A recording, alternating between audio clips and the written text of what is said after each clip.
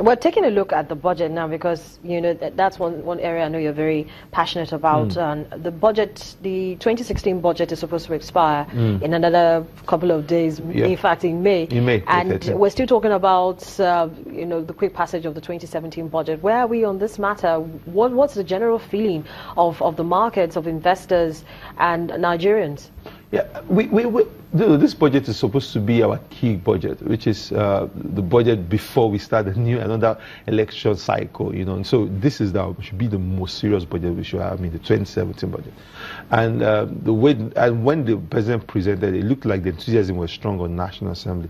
But I think politics has gotten in the way of that. A whole lot of altercation between the executive and the legislature around confirming the EFCC chairman, around issues around the SGF's investigation to the SGF's case over you know, the use of IDP funds. A lot of things have gotten in that. There's been a friction. I think that's really slowed back, you know, in the tracks of the budget pass. And I think it's unfair.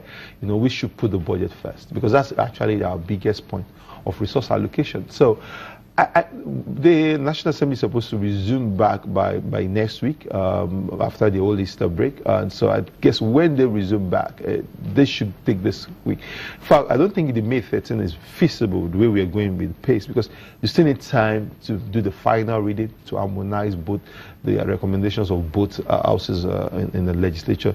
You need finally to pass it over again. You need another 3 to 4 week window before the president vets it and resends it again. So we might be looking at spilling over to like end of May if we don't get our pace right. And by that time, the 2016 budget has expired, and we can't even proceed again. So it seems as if basically what really is driving investors' optimism in the economy is the economic recovery growth plan. Yeah. Not everybody really is putting their minds again to the 2017 budget. Yeah, because that provides a blanket conversation to say this is where we want to be in the next 3 to 4 years with the economic growth plan. I've read it. It's a bit, the assumptions are high.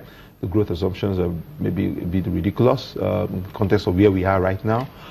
It's still leveraging a whole lot of oil, and oil is going to be the main driver if we're not still there. But I think there's a plan on the ground now, and I think investors like that. No matter how much we feel it's inadequate, some great work has been done. I have to say, I can't knock it off all through. Some great conversations also are there about the economic growth recovery plan. So that's on the table, and I think investors see that, and they want to move forward. It's already clear where this administration wants to play. If we're not joking, they want to play big on infrastructure, which will also need a whole lot of borrowing. And I think that's been clear to everybody right now. Little still being done on social spending side, which is health and education. I think the key focus is let's get infrastructure in terms of road, rail, and power right. And if we set that baseline, the economic levers will lay out on it and we can fly from that point. But even though we're where we are, do you get a positive outlook from investors with regards where the economy is going to be in the very short to medium term? Yeah, because when we look at the economy, a lot of things are also very important, like the exchange rate is critical. And I think everybody's in a waiting period. Reserves are rising, and CBN is opening like almost 5 or 6 a window per week now to support someone and support anyone. So everybody's watching where this all would lead to. And I think that's a very key factor. If an investor was going to come into Nigeria, your exit plan is as important as your entry plan. So you need to be certain that you can exit in a very comfortable and a very seamless manner. I think that's everybody's watching that. But I think from the fiscal angle, it's clear where government wants to be, which is we want to spend more money on infrastructure. We want to put more money in power, railroads, and we know that on the current revenue projections, we can do that even with oil, no matter how much price we get for. So borrowing is going to be big as we go forward. And possibly, we also want to make sure we close down on leakages by strengthening the anti-corruption systems. And I think that's been very clear to everybody. So we're waiting on that and hopefully thinking that once we get the monetary, I don't think the monetary aspect is still our crisis. Now, the fiscal was for the problem for a long of time. But I think the fiscal side, they're trying to sort out themselves. Where we still need a whole lot of work is the monetary aspect with the CBN. Exchange rates is still too high for me. The FX market is something that everybody's still in waiting and watching.